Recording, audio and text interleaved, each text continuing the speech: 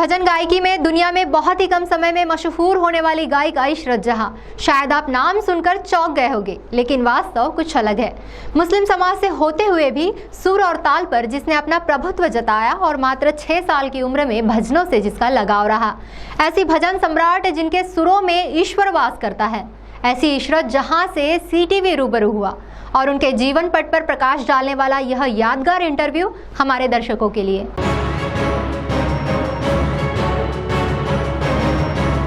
नमस्कार, आप देख रहे हैं CTV न्यूज चंद्रपुर। आज चिमूर शहर में विदर्भ की पंडरी समझे जाने वाले चिमूर शहर में सबसे बड़ा त्यौहार श्री हरि बालाजी महाराज घोड़ा यात्रा का होता है और इस यात्रा में लाखों संख्या से भाविक आते हैं। और इस मेले में हमारे चिमूर शहर में पहली बार भारत की मशहूर गायिका भजन सम्राज्ञी ये भगवा रंग फ्रेम इशरत जहाँ जी यहाँ चिमूर में पधारी है। तो बातचीत करते हैं हम इशरत जहाँ जी से। इशरत जहाँ जी, आप बहुत कम समय में भारत की बहुत बड़ी मशहूर गायिका बन चुकी हो और आपका जो गाना भी बहुत फेमस हो गया है और आप पहली बार महाराष्ट्र में चिमूर शहर में आए, तो कैसा लग रहा है आपको? मुझे बहुत अच्छा लग रहा है। सबसे पहले मैं चिमूर की सारी जनता को मेरी तरफ से नमस्कार और मैं आप सभी को धन्यवाद देना चाहती हूँ कि आप सभी ने मुझे यहाँ पे आने का मौका दिया और जो चिमूर का सबसे बड़ा त्यौहार है उसमें शामिल होने का मौका दिया। खास तौर से मैं धन्यवाद देना चाहती हूँ बंटी भाऊ का, जिन्होंने मुझे आज इस कार्यक्रम में बुलाया है। इशरत जी, आप इस भजन गायिका में कब से बन चुके हैं? मैं तकरीबन 17 साल से भजन गा रही हूँ और जब राम मंदिर बनने वाला था, यानी कि जब सुप्रीम कोर्ट से आदेश आया कि राम मंदिर अब बनेगा, हालांकि बनने की प्रक्रिया में तो 500 वर्ष पूरे लग गए, लेकिन जब सुप्रीम कोर्ट से आदेश आया और जब ये पक्का हो गया कि अब राम मंदिर बनेगा ही, तब मेरे मन में ये बात आई कि मंदिर अब बनने लगा है, भगवा रंग चढ़ने लगा है और ये भजन मैंने गाया और सारी जनता ने, भारतवर्ष की, इसको बहुत पसंद किया और तभी से ये। और आपको जब हमारे MLA साहब ने इनवाइट किया तो क्या लगा आपको चिमूर के बारे में आने के लिए? मुझे बहुत टाइम से इंतज़ार था इस घोड़ा यात्रा का, क्योंकि कुछ समय पहले भी मुझे महाराष्ट्र में बंटी भाव ने बुलाया था और तभी से उन्होंने बोला था कि इस कार्यक्रम में आपको आना है। तो मुझे बहुत बेसब्री से इंतज़ार था और बहुत ही अच्छी साज सज्जा और बहुत ही अच्छी तैयारियां चल रही हैं, जैसा कि मैंने आते समय देखा।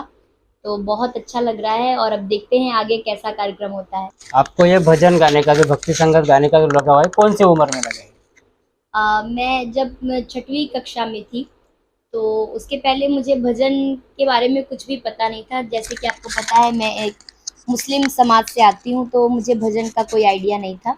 लेकिन जब मैं 6वीं कक्षा में थी तो रामकृष्ण मठ में एक भजन की प्रतियोगिता थी, तो मेरी स्कूल की जो अध्यापिका थी उन्होंने मुझे एक भजन सिखाया, बल्कि नहीं, एक नहीं 3-4 भजन सिखाए और मुझे बोला कि इसमें से तुम्हें जो भी पसंद आ रहा है उस प्रतियोगिता में तुम गाओ।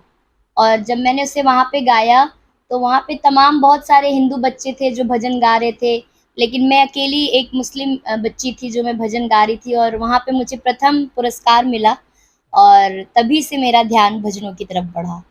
आप मुस्लिम समाज से हो और आप हिंदू भजन ज़्यादा गाते हो और पूरे हिंदू में आप पॉपुलर हो चुके हो, तो क्या अनुभूति होती है आपको तो हिंदू भजन गाते हो आप? देखिए, जब मैं बहुत छोटी थी, जब मैं 4 वर्ष की थी, तब से मैं एक तरह से संगीत से जुड़ी हुई हूँ। मैं तब से ही गाना गा रही हूँ।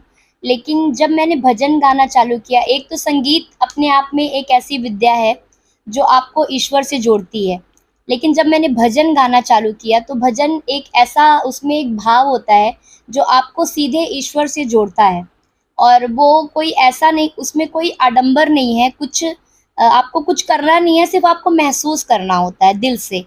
तो वो जो दिल वाला कनेक्शन बनता है, वो भजन गाने से मुझे वैसी अनुभूति मिलती है जो मैं, मतलब मैं चाहूँ भी तो मैं लोगों में ज़ाहिर नहीं कर सकती कि मुझे कैसी अनुभूति होती है। वो बहुत ही पर्सनल फीलिंग होती है जब मैं भजन गाती हूँ, तो जो मैं फील करती हूँ।